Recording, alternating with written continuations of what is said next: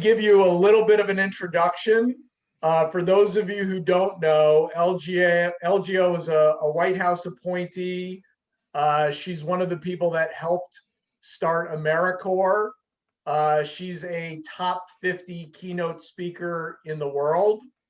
You may have seen her on Good Morning America or the Today Show talking about her incredible book, Limitless, which was a bestseller and is an incredible read. Everybody's got to pick it up. She is a former CEO of an executive search firm, and she's just a badass. She is as she says, a kick in the ass wrapped in a warm hug. So without any further adu, I'm going to let LGO tell us a little bit more about her incredible career. And then I'm gonna ask you the question up front, but you don't have to answer it until we get a little bit more detail on the incredible career you've had. And it's really, where do you think employers go wrong? So very broad question, but I know that you'll have an interesting spin on it. So we're going to devote the first half to learning more about LGO. And then we'll open it up for Q&A. LGO, all you. Awesome. Well, you said, let me tell you how much I like LGO. Well, let me tell you how much I like Scott. Try to give me little cherries. Do we want to, can we, okay.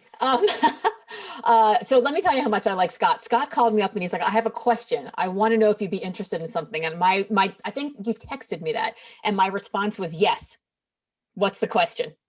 So I was already said yes before you even asked me to do anything. I was already all in, because I have learned that anything Scott does is going to be interesting. It's going to involve interesting people, and there'll be interesting opportunities. And I think, frankly, if you want to hear about my career, all you need to know is that at every point when I could go right, I could go left, I could stay where I was, I could make a U-turn, all I said was, is this an interesting thing to do with an interesting person?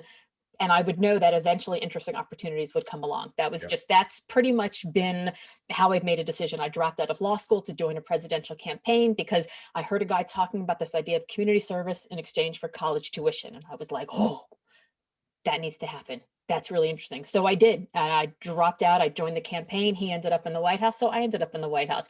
I helped create a program with a number of other people that more than 1 million young people have served in, AmeriCorps. Awesome. I got to the end of 4 years of doing that, and I could have stayed for the second administration, but I was like, I want to get back on the campaign trail. That's where the action is. And my mentor at the time said to me, in a way that only a mentor can say to you, Laura, you're kind of too old to get back on a campaign bus and eat cold pizza and sleep on high school gymnasium floors, and you're kind of too young to be the domestic policy advisor. So go talk to my friend Arnie Miller. He runs the biggest search firm in the country that does specifically nonprofit university foundation advocacy work. He'll find you a job in the nonprofit sector. You'll hide out for 4 years, come back and do something big on the Gore campaign. And I was like, great, sounds like a plan. I went to go talk to Arnie. Within 5 minutes, I realized that his office was in Boston. And the guy that I was dating at the time, who I was pretty certain was the one, who PS I've now been married to for almost 23 years, he was moving to Boston. And I was like, you're in Boston. I want to move to Boston. I should come work for you. And he said, yes, you should. And I was like, great. What do you do?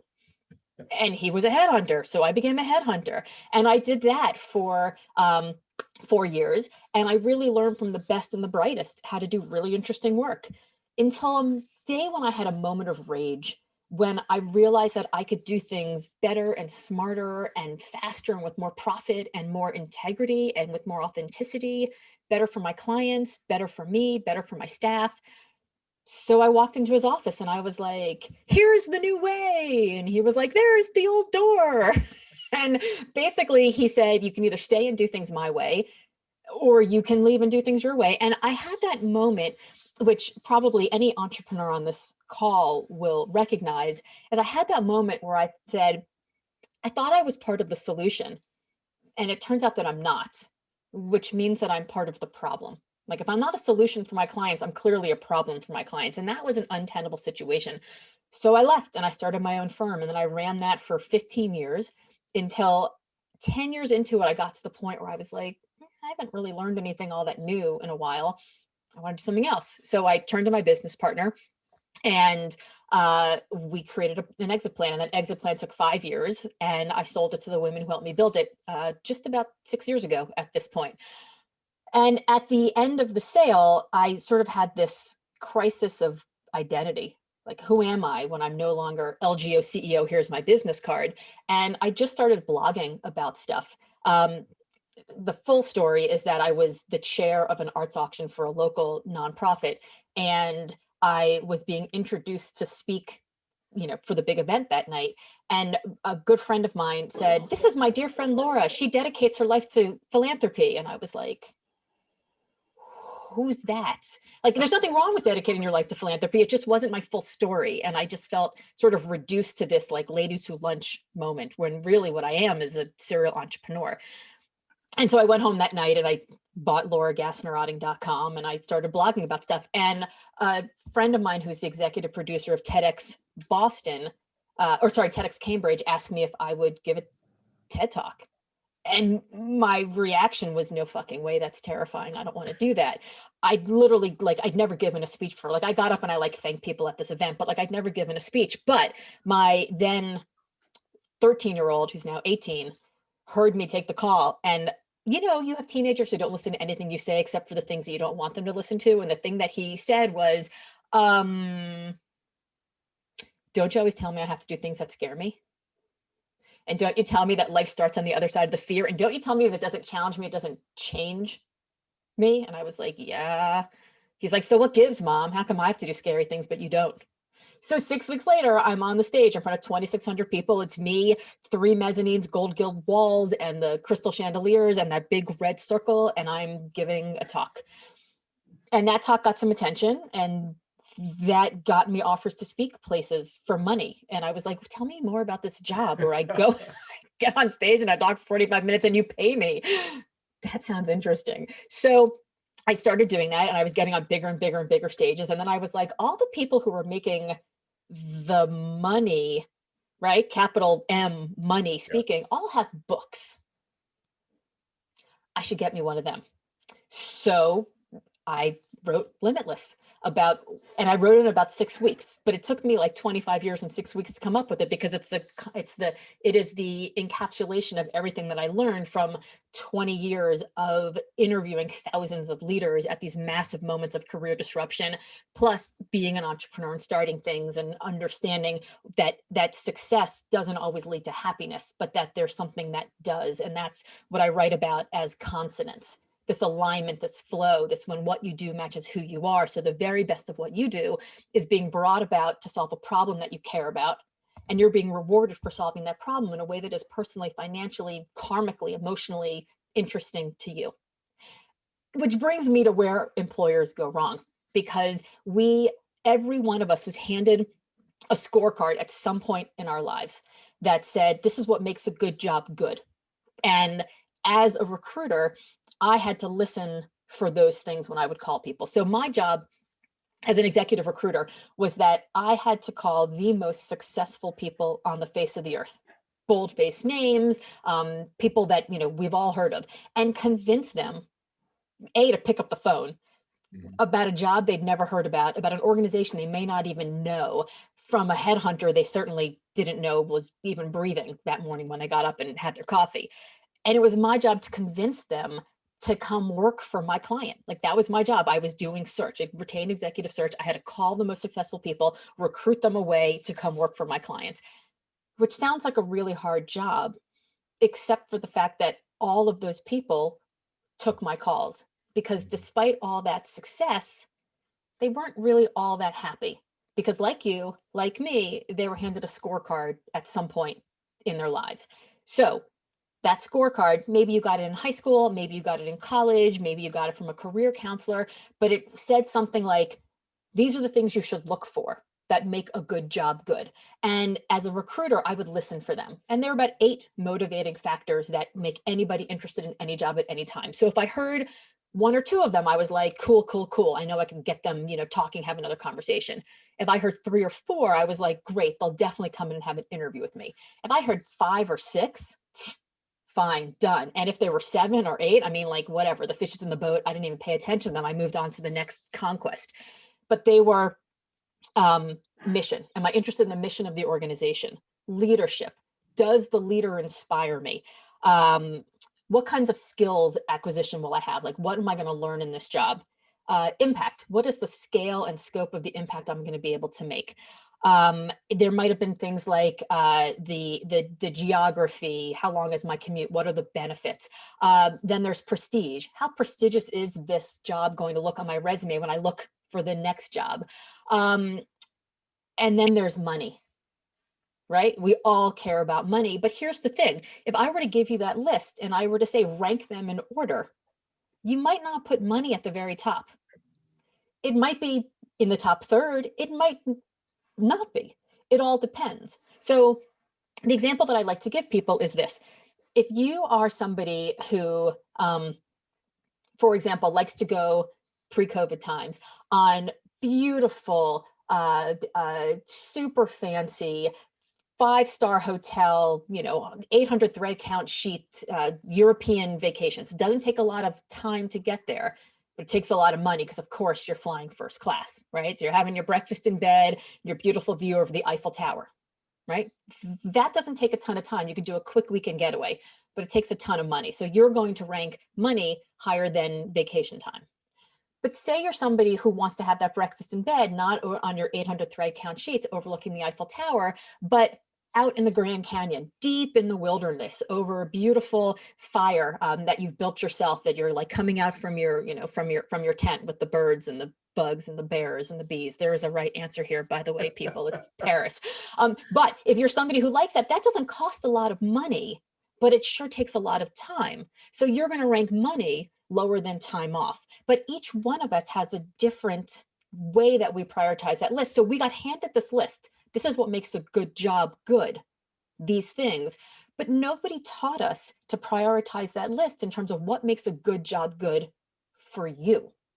So employers get this wrong because we think, oh, that salesperson is, coming into my office and wondering, like, what have you done for me lately? Because they crushed their numbers this year. I should just give them more money. So we throw money at them without actually asking them what they care about. So then they show up in your office 6 weeks later with the same "what have you done for me lately" look on their face, and they're not engaged in their work. And it turns out that maybe money isn't how they rank it best. So it's not just about what makes a good job good, but it's what makes a good job good for you.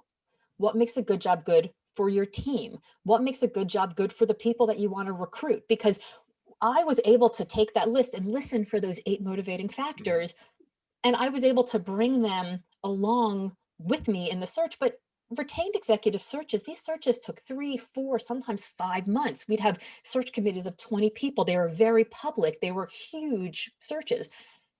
And those candidates would drop out because money was something that mattered, because I didn't know how it mattered or why it mattered to them or where it ranked, I actually wasn't able to connect with them. I was able, I was trying to get people to turn their lives upside down, and they wanted meaning, but all I was giving them was a checklist in random order.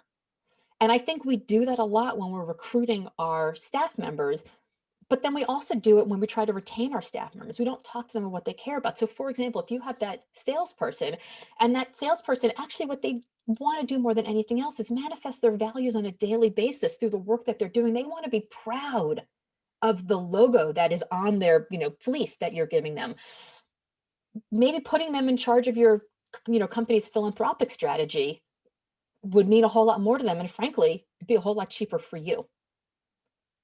So what I write about in Limitless is not how do we just make a good job good, but how do we figure out how to make a good job good for our team?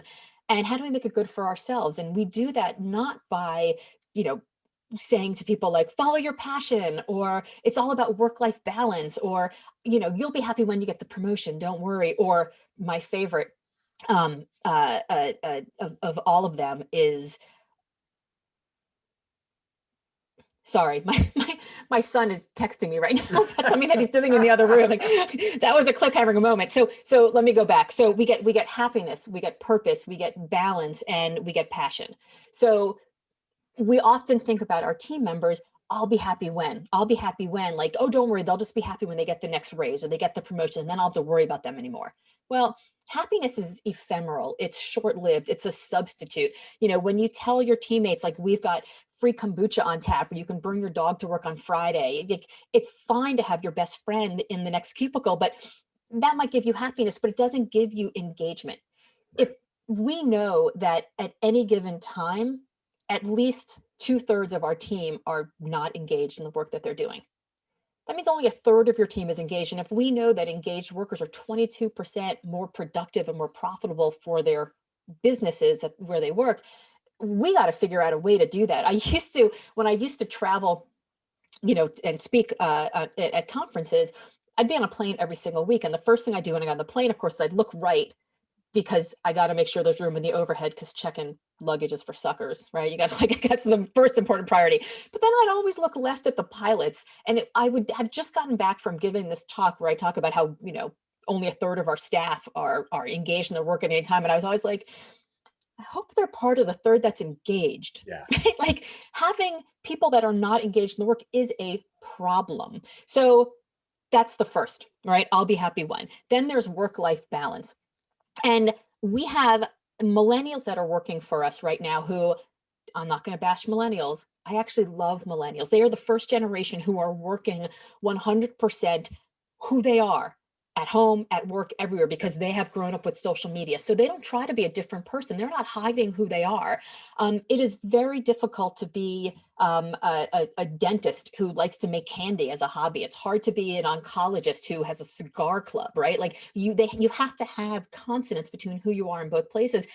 And I would argue that it's not this badge of busyness that we wear, this martyrdom. We're not exhausted from doing too much. We're exhausted from trying to be different people in different places.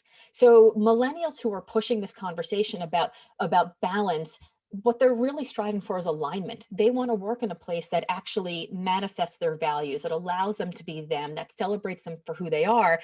And I have learned that doing that makes it much less likely that they want to be praised for everything. They just want to be part of it. They want to see a direct line. They want to know that they matter. So the next one is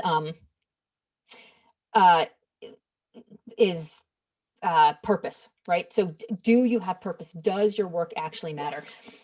I think we get purpose wrong because we think that purpose has to be this holier than thou thing, as if it doesn't have the words higher or lofty in front of it, your job doesn't have purpose.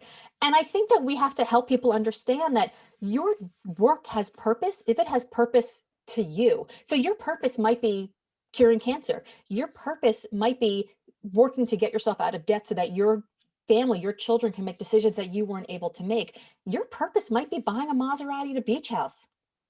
That's totally cool. It's your purpose. And the only one who gets a vote about that should be you.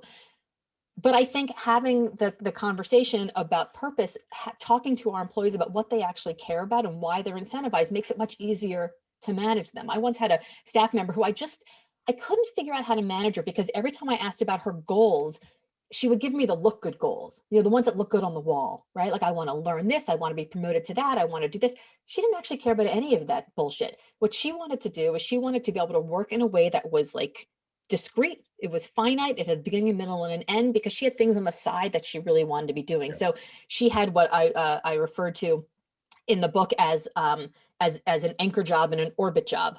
I was never going to be the thing that she loved, but I was going to be the anchor. And if I could say to her, it's good enough, like, do your best work here, awesome.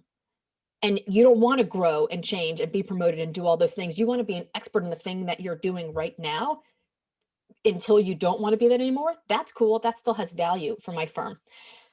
But then the last one is like when people are like, you got to follow your passion, which is nonsense, right? And I talked about that earlier, that it's not just about following your passion, it's about investing in your passion, understanding that it's going to be hard. And we get that wrong with our team when we say, oh, well, it would be easy if this was just the thing that you wanted. Well, it's hard.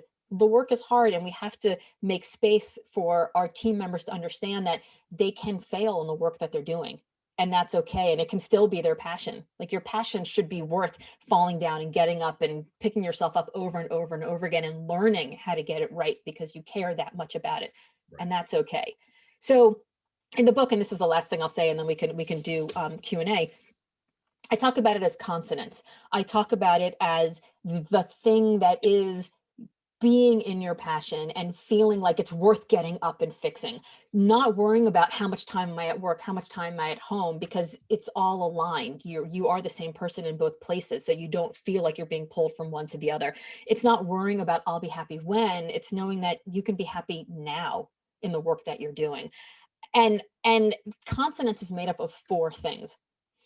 And each one of us is going to define consonance differently. So Scott, your definition of consonance is going to be different than Steve's, it's going to be different than Zane, it's going to be different than Deb, it's going to be different than mine.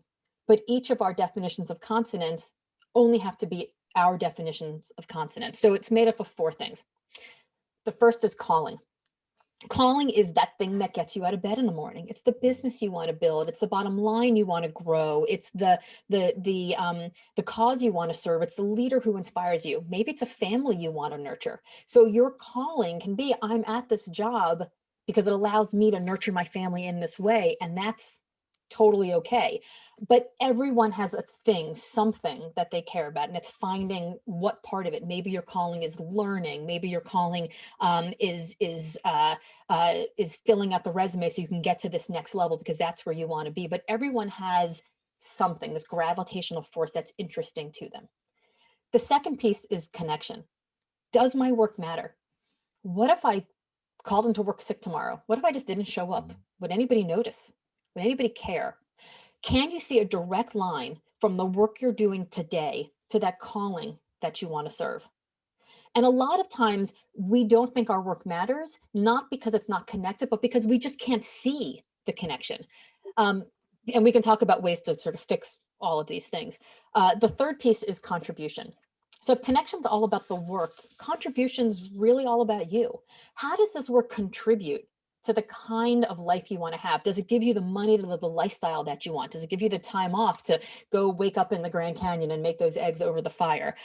Does it allow you to manifest those values on a daily basis? Does it give you the career trajectory that you seek? How does this work contribute to the life that you want to build? And then the last piece is control. And control is really, it really answers the question of how much personal agency do you have to change, to affect, to figure out how much your work connects to that calling and how much it contributes to your life. So a lot of times people who are unhappy where they are, it's not because they don't like the work, it's because they just don't feel like they have any control over the work. I mean, I'm a control freak of the highest order. Like when I get on that plane, I like to sit in the aisle seat. Not because I have a small bladder, although that's part of it, right? Like I'm going to decide when I get to pee. It's not the guy next to me falling asleep, but it is if the plane goes down in a fireball of death, I even just want the illusion of control. Like I'm clearly not going to survive the plane crash, but I'm such a control freak. I need the illusion of control. And each of us need that differently. So right now, I need a different rubric of consonance than I did 10 years ago, than I did 20 years ago. When I dropped out of law school and joined that campaign, I was a nobody. I was getting coffee for the guy who got the coffee for the guy who got the coffee. I had zero connection whatsoever, but I had a lot of calling. I was so inspired by Bill Clinton and this idea of what he was going to do. And it was the next generation and change was coming. And I still believe in a place called hope. And there's nothing wrong with America that can't be fixed. That's right with America. And I still believe that today. Did I have contribution? I mean, I was paid in all the ramen soup and idealism I can eat, but if this guy won, could be a pretty interesting career trajectory, right? So there was contribution there, but I had no control. I didn't know if they were going to send me to, Missoula or Little Rock or Jacksonville or, who knows where, but it didn't matter. Now I'm 50. I've got teenage kids. We're in the middle of a pandemic. I'm not going to get on a plane, for something that I can't control. I'm going to get a vaccine. I'm going to, when I do start getting on planes again, it's going to have to be worth a certain amount of money on my speaking fee for me to be able to miss, it's the last summer that, my son is going to be at home before he goes to college. All of those things, it's completely changed. So what gives me consonance now is different than what gave me consonance before. And we can't get the best work out of our team members unless they feel consonant. So as I mentioned when I started, it's that moment when the very best of what you can do is being called upon to solve a problem at hand. And you're being rewarded for that problem in a way that is personally, financially, career-wise, karmically meaningful to you. Those are the moments when you're limitless. Those are the moments when you can walk through walls. Those are the moments when you do your best work. So that means we have to have a conversation with our team, not about like, here's this random list of 8 things, and we're just going to check all the boxes. But what does it actually mean for you? What do you actually care about? What is exciting to you? How do you define success in this role? And then figuring out how to manage them according to that. Now, it may be that when you do that, these people actually don't belong in your organization. It's a great way to figure out culture fit. But it starts with having a conversation that throws away the assumption that people care first only about money. They care second only about title. They care third only about being promoted. Because I would imagine if I were to take a survey here, everybody on this call would think about those 8 motivating factors differently from each other. So what do you think, Scott? Is that a good overview?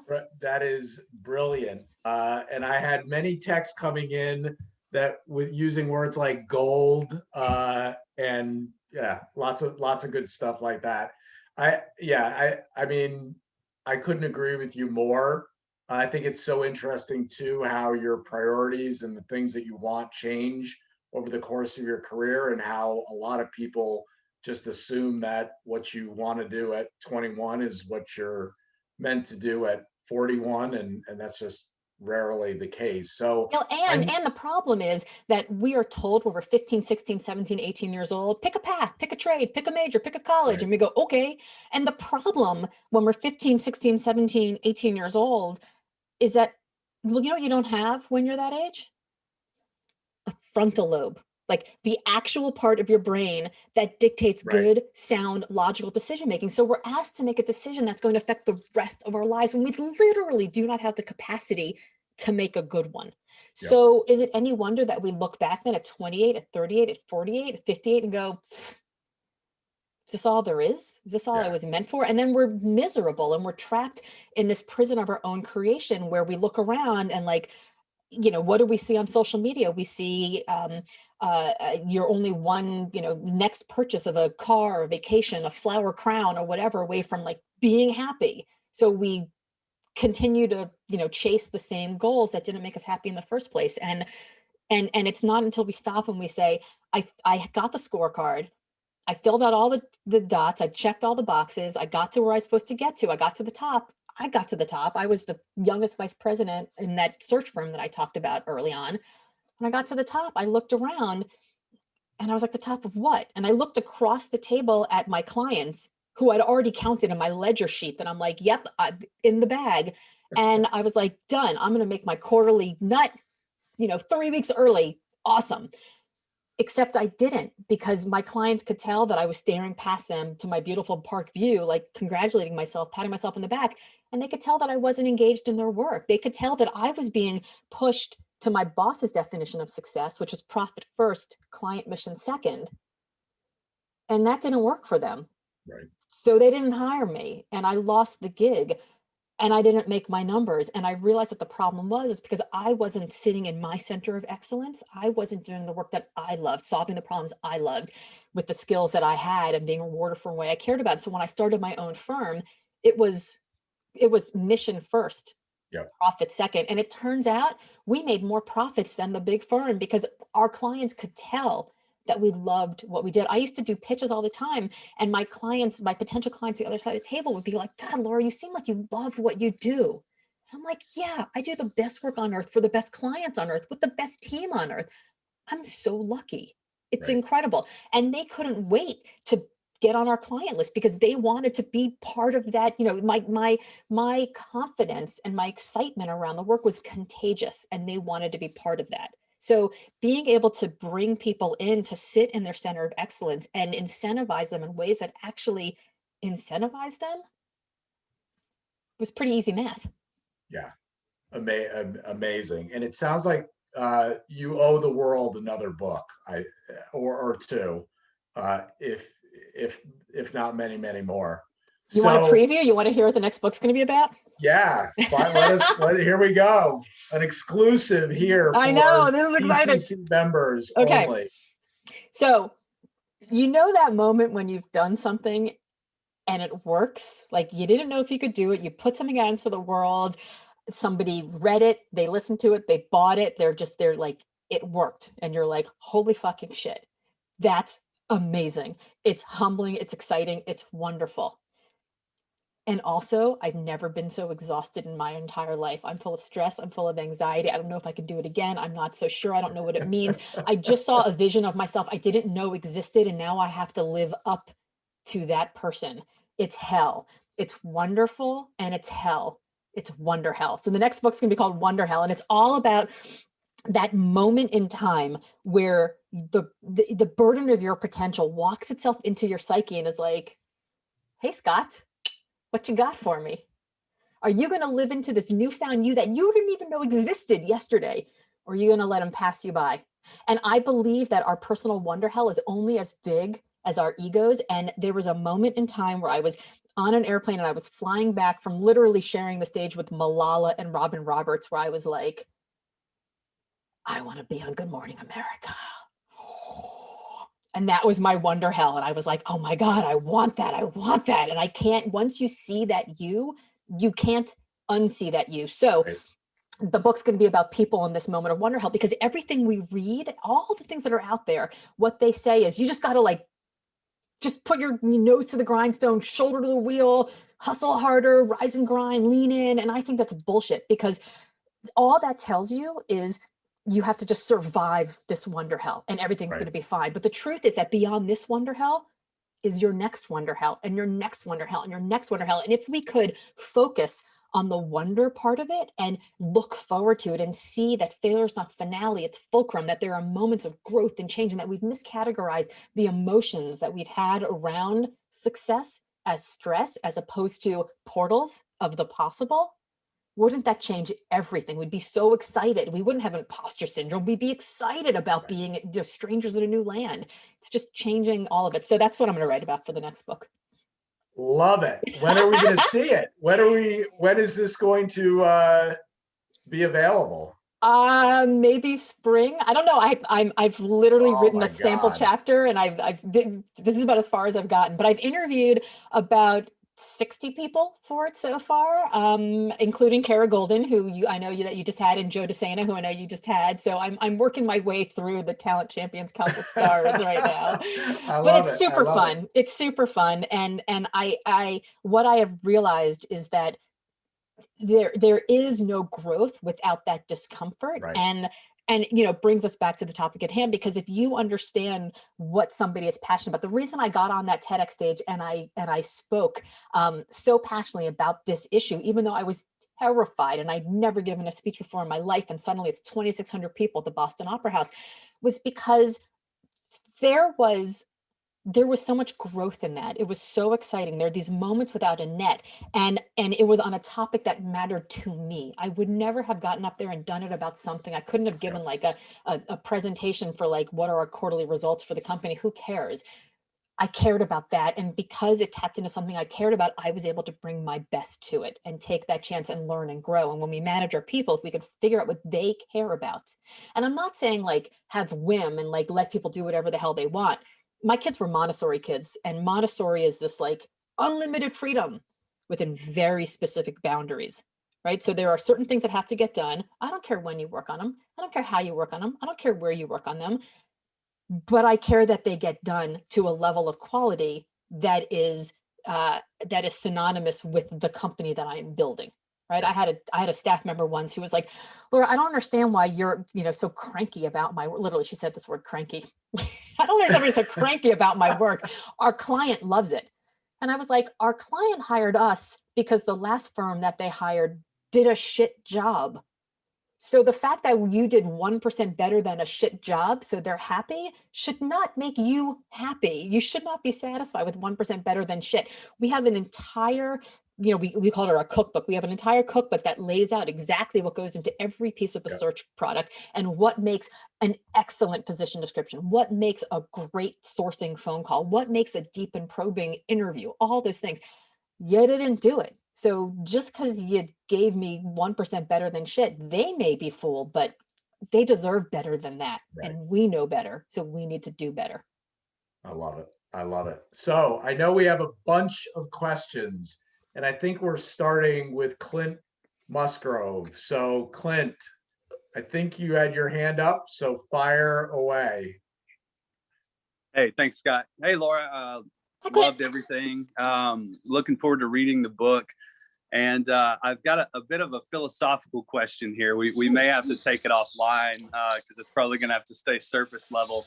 But with I work within the Department of Homeland Security, and with your experience within government and based on the characteristics that you've been talking about, what are some of your best practices when it comes to working with public service and kind of staying in line with these characteristics, because you've worked within government, so you know how ambiguous, how there can be a lot of roadblocks to some of the things that you have spoken about.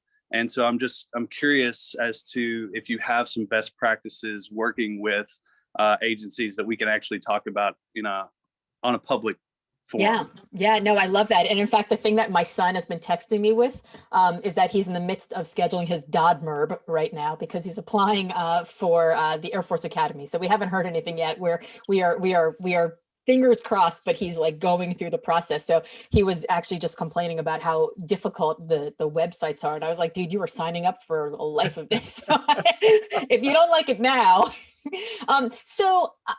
I think this goes back to like the Simon Sinek find your why, right? Like, why did you get involved in the first place? Why do you care about it? Why are you interested in government service? I think that there are a lot of companies that, I would throw a lot of private sector companies in this. I throw a lot of nonprofits in this that are just like the government in terms of there is a way things have been done. There are procedures. There are people of different generations who like to have things done a certain way. And I think going back to understanding why you do the work and remembering that, there are certain pieces of the work that will make you crazy, but overall, it is because it is a calling, it is your mission, or maybe it is because you like the security of the government paycheck and the work that you're doing. There's a reason why you got into the work in the first place, and understanding what part of it lights you up will allow you to like over-index on that and not worry so much about the other things. So maybe you don't have that much control because you don't get to decide how things are decided. It has to go through a chain of command, or there's work like that. But maybe that's okay, because at the end of the day, you go home and you know that the country's a safer place because you're doing your work. So I think it's thinking about each of those 4 C's of calling, connection, contribution, and control, and figuring out which is the reason why you do the work, which one you enjoy, which one you want to have, and then making sure that you remind yourself actively about how this work actually allows you to fill that bucket of yours. I should say, I actually have 2 online quizzes. The first one is limitlessassessment.com. So limitlessassessment.com is a very in-depth 20-minute, 67-question quiz. By the way, most people are too lazy to take that. So it's okay if you don't want to. I had 25,000 people visit that site and 5,000 Challenge finished. accepted. Okay, so limitlessassessment.com. But if you're one of those people who's like, screw this, I don't have 20 minutes, you can go. I decided like 2 months ago, I was like, I'll just make a quiz with 4 questions, because there's calling, connection, contribution, and control. So if you go to my4questions.com, there's a 4-question quiz. It'll take you 5 minutes. And you will get bunches of things from me, PDFs that say like, here's what you have, here's what you want more of, here's what you're missing, and here's how you can actually do some things right now to increase the quotient of calling, connection, contribution, or control that you do want. Love it. Love it. Thanks, We Laura. are going next to Seattle to my favorite TikTok influencer, Mayan. Gordon. Hello. Hey, how's it going? So great to see you. It is a pleasure having you here speak into everyone. And to me, it's so clear just from listening to you speak, you have an incredibly high level of self-awareness. And I'm wondering, how important is that self-awareness to understanding not only your own level of consonance, but as an employer, when I'm trying to help my employees align with those things that are truest to them, how important is their self-awareness of themselves, and what are some ways that I can facilitate or help them uncover their true kind of consonance versus maybe like what they think they want versus what they kind of know deep in their heart that they want? Yeah, so I think there's several things that are going on. I think a lot of times, well, for younger people, we think what we want is what we've been told that we want, right? I mean, like if you Google what is success or how do I become happy, you will get, every Kardashian on the face of the earth. There's Kim and Kanye and Kylie, and well, I guess not Kanye anymore, Kendall, Chris. I mean, there's like 8 billion of them, and they're all there telling you what success looks like. And if you're in the entrepreneurial space, it's, some bro who's standing in front of a rented Maserati and somebody else's G6, talking about like crushing it with his 18-figure business. And I know I've seen you on Clubhouse lately. And so there's plenty of rooms like that with like, 18-figure businesses is one easy, TikTok hack. It's nonsense. And if you're a woman, what you see is like people doing yoga or like looking out over Coachella with their flower crowns, and they're just like, breathe into your liver chakras. And it's like, maybe that's going to work for you, but probably not. So it's really thinking about what is going to make you happy, what causes you joy. If you were to choose to do anything, where would you spend your time? Why is this work meaningful to you? How would you define success in this project? Even just having that conversation internally with people about what would you consider success in this project? You may see it as a certain metric in the business. They may see it as, I'm going to learn this new skill so that I'm better in place to get this promotion next time that opportunity comes about. But you don't know until you have that conversation, and you have to role model some of that conversation. So everybody and let's put it this way.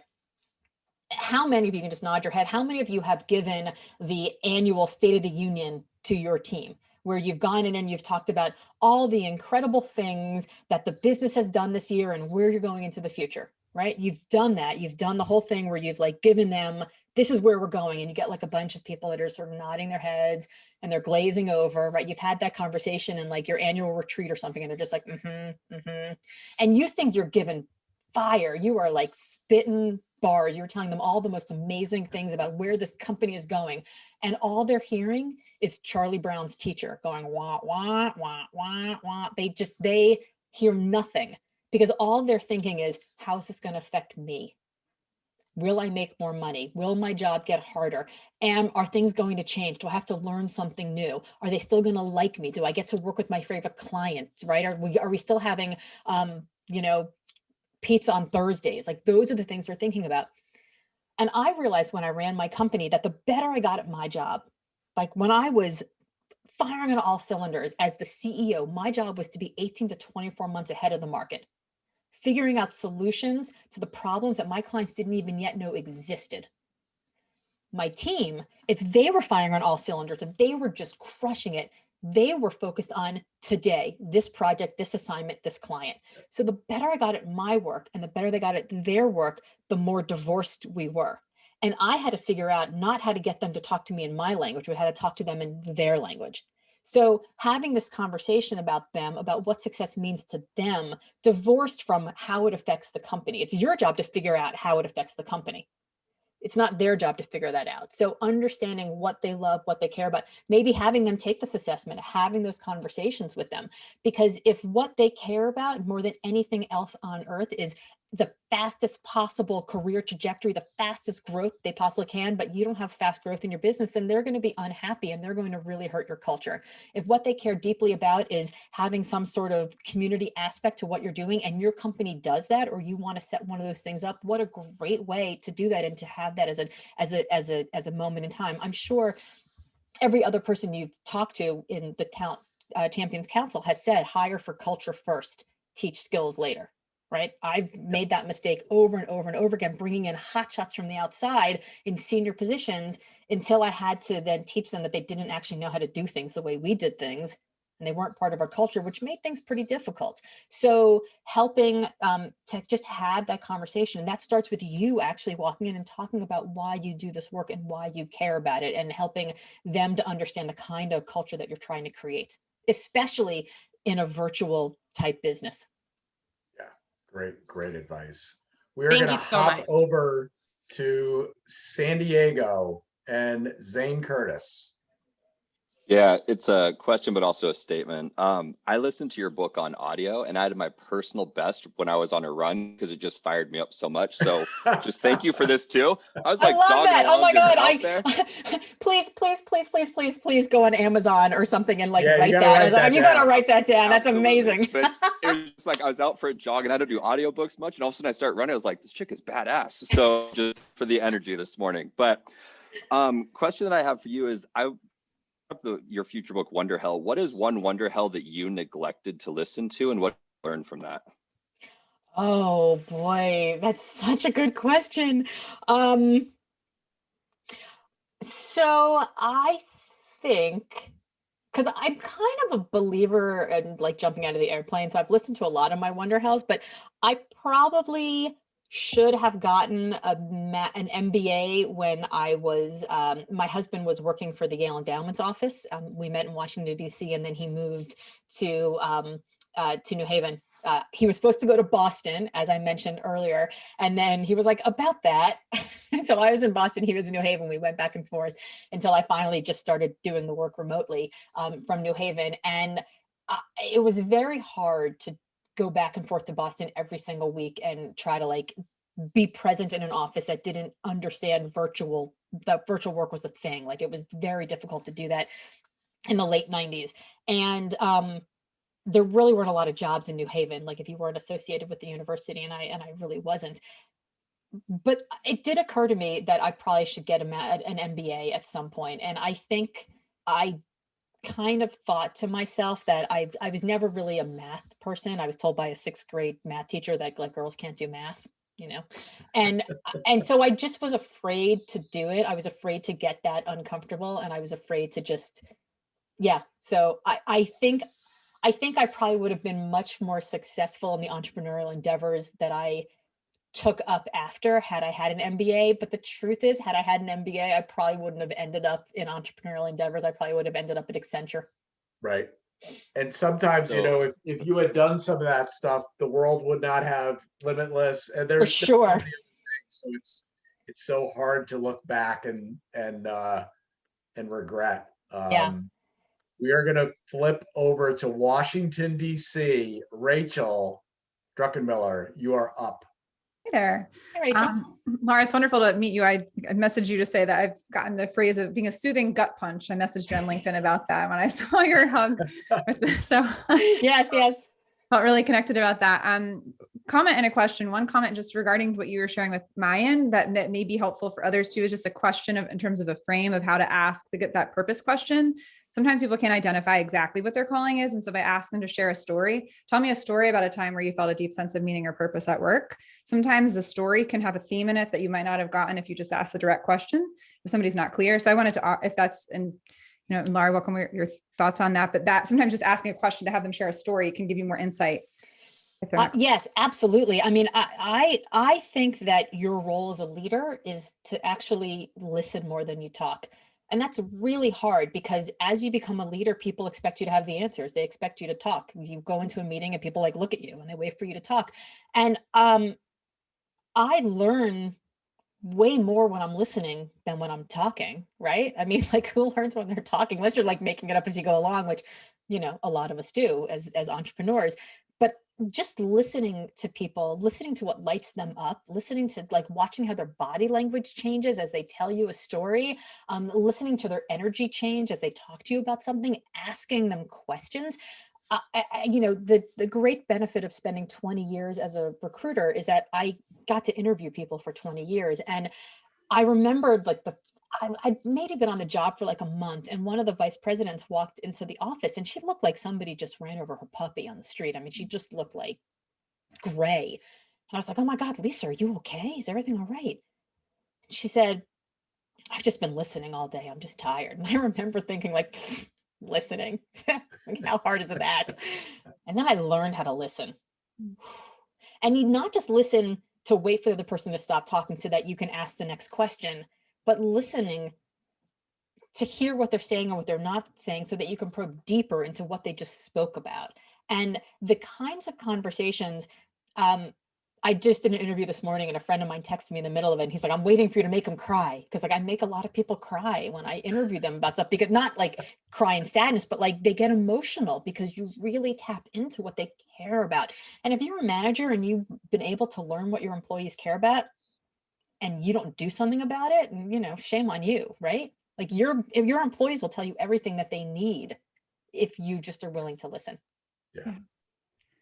Phenomenal advice. We are going to go to New York. I think Rachel had she had a comment, and then I think sorry, she had a question. Rachel. Yeah. Quick question that hopefully will be relevant to somebody else. I didn't want to like listen to respond, but I know the time is limited. But one of my wonder halls. So I'm a speaker and a singer, and I've just incorporated singing into my work in the past year. And one of my wonder halls is doing a TEDx, and I've had that on my list for 5 years. I worked with Michael and Amy Port at Heroic Public Speaking, and I know they do the Cambridge event. And so anyway, I just thought, and this may be relevant to others too, I'm seeing some head nods about just any insights, behind the scenes secrets about maybe the best ways to potentially pitch and get a TEDx opportunity.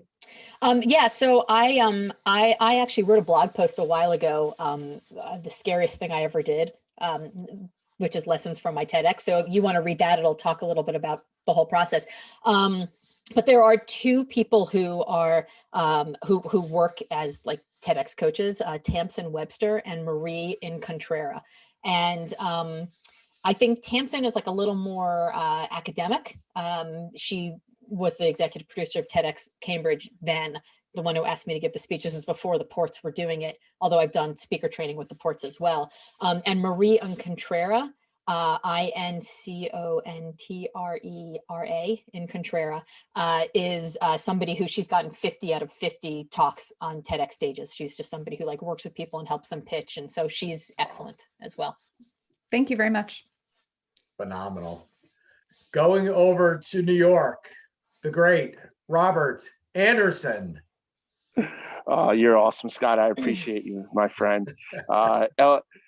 LGO, my dad had a saying: if you're not part of the problem, you're one of two things. You're part of the problem or the solution. Yes. And I've held that so near and dear to my heart. So to hear you say that was really just it was breathtaking for me. I have a question. Our oldest went to this from the perspective of being in the government and certainly being in that space, and then having a deep-seated passion for, I would just remotely say, education. Our oldest went to Montessori, and so involved in education and left because of that lack of impact.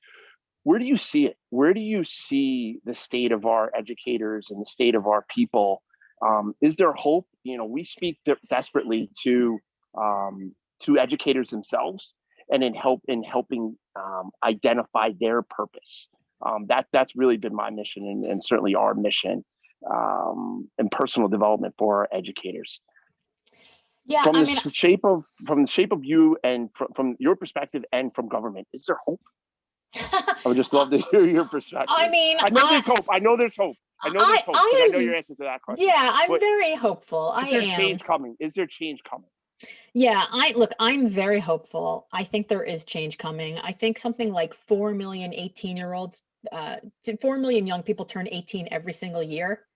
That's a voting block, right? I mean, I don't want to get super political here, but we've just had 2 horrific shooting incidences, and there are less than 4 million members in the NRA. We have 4 million young people turning 18 every year. Like, again, that's just math, right? Like, young people overwhelmingly are anti-guns. They're pro common sense gun control. That's just a time limited problem that we see. So I do think that young people who are growing up, look, I said something I mentioned earlier, my 18-year-old who's applying to the Air Force Academy, who wants to be an astronaut, who wants to serve in the military, wants to serve his country. We're not a military family, but he grew up hearing about service. He grew up hearing about AmeriCorps. He grew up seeing me raise money for politicians in our living room who had served their country in some way, whether AmeriCorps, Peace Corps, military, anything. Like, we believe in service in our family. And I said something a couple months ago, like offhand, like, oh, well, this is a big thing. You're not really gonna, it's too big of a thing. You're just a kid. Don't worry about it. And my 18-year-old looked at me and he's like, Mom, my high school experience ended on a random Thursday in March a year ago. We are still fighting a war that we were in the day I was born. I want to serve my country. I think I can understand bigger issues. And I was like, oh shit. So do I have hope? Yeah, because I was a dumbass when I was 18, but kids today aren't. They have such a view of the world and they are demanding that things change. They're active, they're voting, they're involved, they're rioting in the streets. So yeah, I do have hope, because I think that it might not be today, it might not be tomorrow, but I think that the world is getting more female, it's getting blacker, it's getting browner, it's getting gayer. I mean, we are getting more active. And I think that diversity in every form just brings more interesting opinion and more interesting conversation. Well, it's the time. Yeah, it's time. It's just the time, and it's happening. Yeah. I know there's hope. It's how far away we are from change. And it's how willing those of us who are not turning 18 every year are in having the conversation, the uncomfortable conversation. And, you know, I remember having a conversation with a staff member of mine who was much younger than me, and her saying to me, like, you know, you as a leader are centering yourself in the problem. So every time there's a problem somewhere, you put yourself in the middle of it. And she's like, this problem has nothing to do with you. She's like, we don't want you in the center of it. And it's actually, that's what I wrote. It's actually what I did my TEDx about. My TEDx is literally called Stop Asking How Can I Help? And it's about this idea that when we put ourselves in the center of the problem, how can I help? How can I be the solution? Yeah. We define the problem by the solution that we bring to bear. And in fact, it doesn't matter. Like, the solution I can bring to gun violence is sending a teddy bear to some kid whose, you know, sister got shot. That's not going to solve the problem. If we ask the question, what needs to happen? What needs to happen so this doesn't ever happen again? That changes completely what I do. I write a check to an organization that's doing advocacy. That's a completely different solution. And I think that's what we have to do with our team members. We don't just say, how can I help? How can I be the solution to your problem? But you, as a team member who has this project here in front of you, you are being judged, you're being promoted, you're being praised, you're being given a raise based on a certain metric of success. How can I help you? But how do you define success? What needs to happen for that you're successful? And then you figure out how you can help within that. Yes. That might have been more than you were looking for. No, I need it. I need it because I'm living it and I'm in it. So I need it. Thank you. I've gotten a bunch of texts from people that have said they've literally written pages and pages of notes, which is awesome. So it was an absolute honor to have you on. It's an honor to have you on the board. And now everyone, because not only is Laura on the board, but we're all now best friends. Of course. She is LGO to everybody because all of her friends call her LGO. So she's LGO to everybody officially. But I wanted to thank you for spending time with us. I know how busy you are, but that was unbelievable, off the charts. Anything for you, so Scott. Thank you. Anything for you. Guys, make it a great day. And if you haven't already, wish Mr. Briscoe a happy 40th birthday. Happy 40th birthday, Gregory Briscoe.